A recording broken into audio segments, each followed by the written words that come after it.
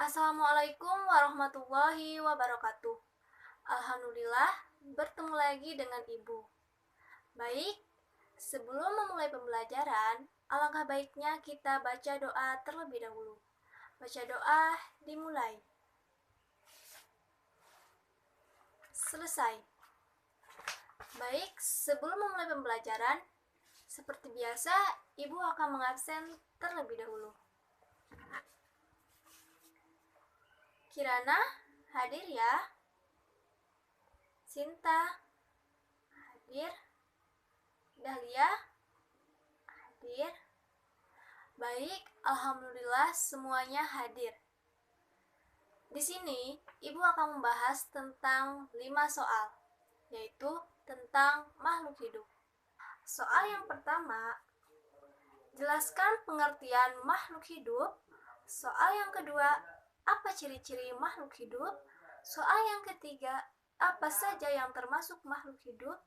Soal yang keempat, bagaimana cara tumbuhan bergerak sebagai makhluk hidup? Soal yang kelima atau soal yang terakhir, apa yang dibutuhkan oleh makhluk hidup? Baiklah, di sini Ibu akan menjelaskan pertanyaan yang pertama. Pengertian makhluk hidup. Makhluk hidup adalah suatu organisme yang dapat mempertahankan dirinya dari berbagai perubahan lingkungan dan dapat berkembang biak untuk melestarikan lingkungan. Nah, dalam dunia biologi, golongan yang termasuk makhluk hidup yaitu mikroorganisme, hewan, manusia, dan tumbuhan. Baiklah, pertanyaan kedua yaitu ciri-ciri makhluk hidup. Anak-anak ada yang tahu ada berapa ciri-ciri makhluk hidup itu? Betul sekali. Ciri-ciri makhluk hidup itu ada 7. Yang pertama, bergerak. Yang kedua, makan. Yang ketiga, bernafas. Yang keempat, peka terhadap rangsang. Yang kelima, tumbuh. Yang keenam, mengeluarkan zat sisa. Dan yang terakhir atau yang ketujuh, yaitu berkembang biak. Baiklah, pertanyaan yang ketiga. Apa saja yang termasuk makhluk hidup? Yang termasuk makhluk hidup adalah mereka yang memiliki kemampuan untuk menghirup udara atau bernafas. Makhluk hidup juga disebut dengan biotik. Biotik terdiri dari tumbuhan, hewan, dan manusia. Pertanyaan yang keempat. Bagaimana cara tumbuhan bergerak sebagai ciri makhluk hidup? Tumbuhan memiliki 2 cara untuk bergerak.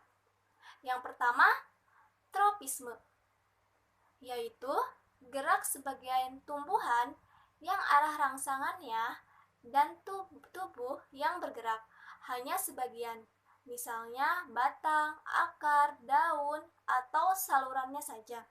Yang kedua, nasti, gerak sebagian tubuh tumbuhan yang arah gerakannya tidak dipengaruhi oleh arah rangsangan, tetapi ditentukan oleh tubuh tumbuhan itu sendiri.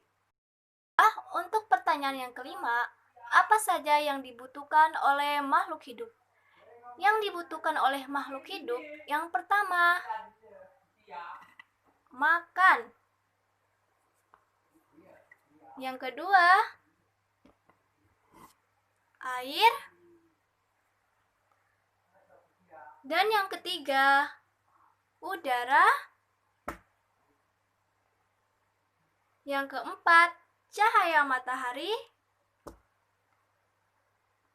Dan yang kelima, tempat tinggal.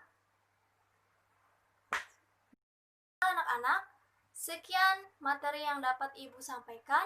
Mohon maaf bila ada kesalahan. Wabillahi taufiq wal hidayah. Wassalamualaikum warahmatullahi wabarakatuh. Dan sampai jumpa di lain hari. Terima kasih.